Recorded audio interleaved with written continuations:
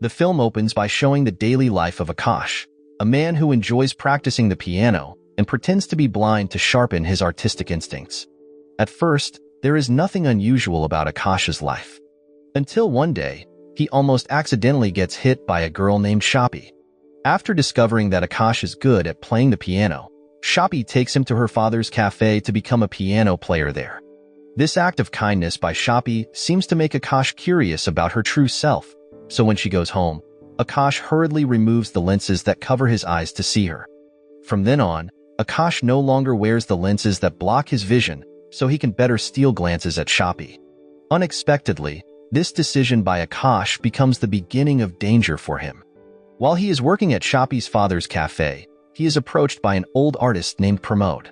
It turns out that his piano playing impresses Pramod with his extraordinary talent. As time goes by, days continue as usual with Akash enjoys his job and spends beautiful moments with Shoppy.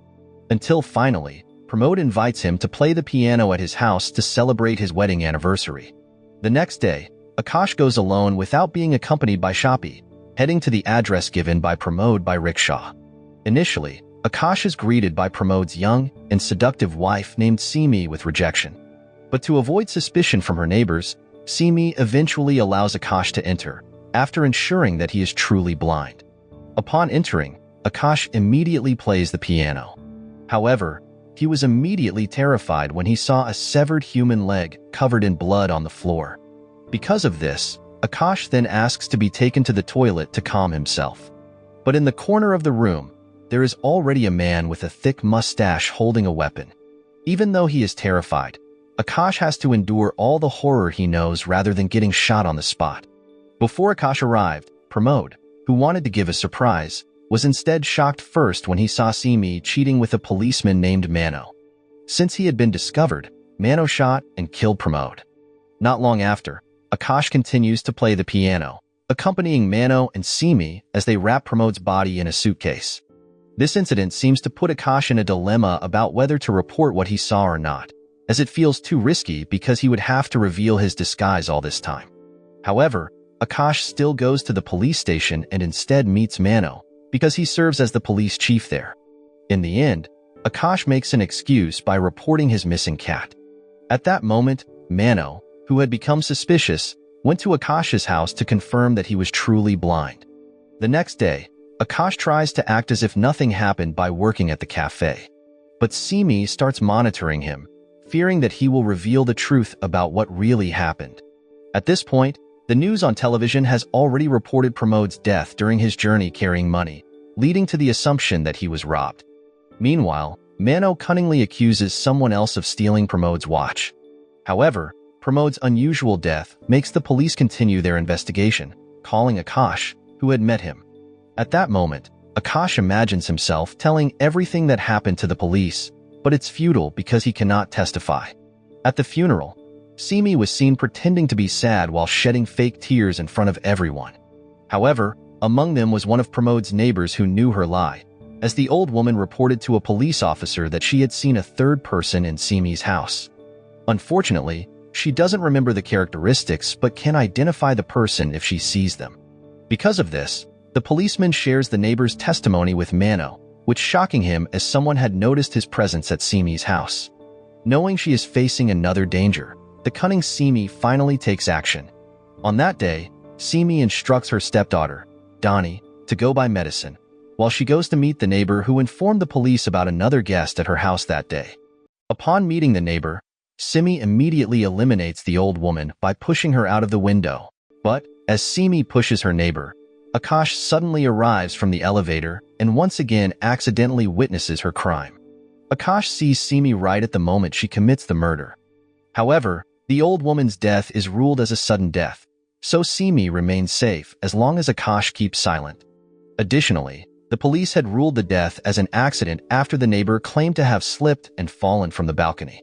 Shortly after, Akash went home in fear, ignoring a young man who was secretly watching him suspiciously. Not long after, Simi follows him to his home, pretending to be a guest. It turned out, her real intention is to ensure that Akash is truly blind as he claimed. Simi then tests Akash until he can no longer hide his sight, and caught pretending to be blind when he avoids a cup of coffee poisoned by Simi. Despite this, Akash assures her that he will not report her, and she doesn't need to be suspicious of him, as no one knows that he can actually see. Additionally, Akash also claims that he pretended to be blind only to sharpen his piano-playing instincts. However, Akash does not want to get further involved in Simi's problems. But she had already taken precautions by poisoning a cake she gave to Akash, causing him to faint. At the same time, that afternoon, Shapi, who has become his girlfriend, plans to visit Akash at his home. On the way, Shapi meets the young boy who shows her a video of Akash skillfully using kitchen utensils and demands money for providing information that he is not truly blind.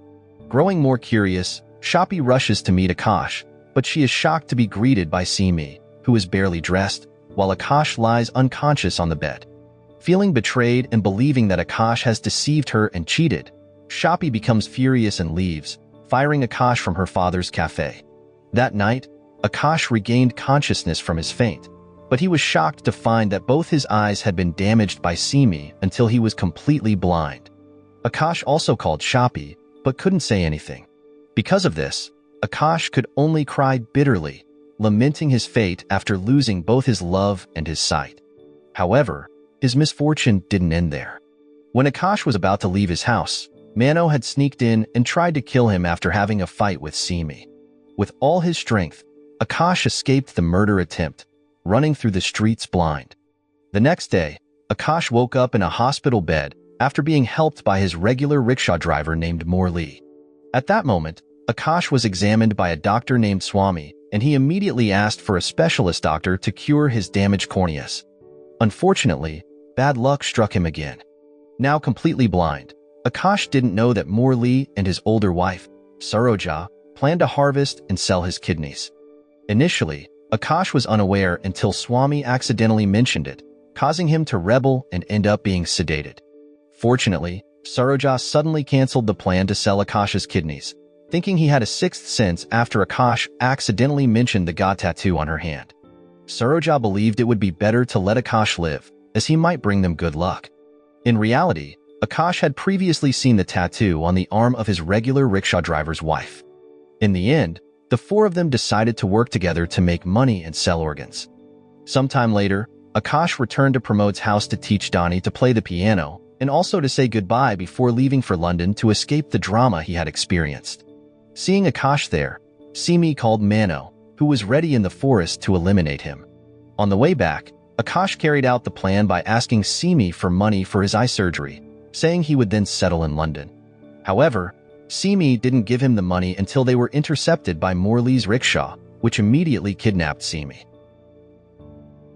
After the abduction, they called Mano's wife, informing her of her husband's affair with Simi and his involvement in Pramod's death. Additionally, they also blackmailed the couple, demanding 10 million rupees as hush money. Upon hearing this, Mano's wife flew into a rage and ordered her husband to fix the mess he had made. That night, the news of Simi's death started being broadcasted by the media as she does the unthinkable, following her husband's death. Earlier, Simi had left with Akash and then disappeared, not to be found. At the same time, Shapi, watching the news, thought that Akash and Simi had run away together. In reality, Simi was still alive, hearing news of her own death from the wheelchair where she was being held captive.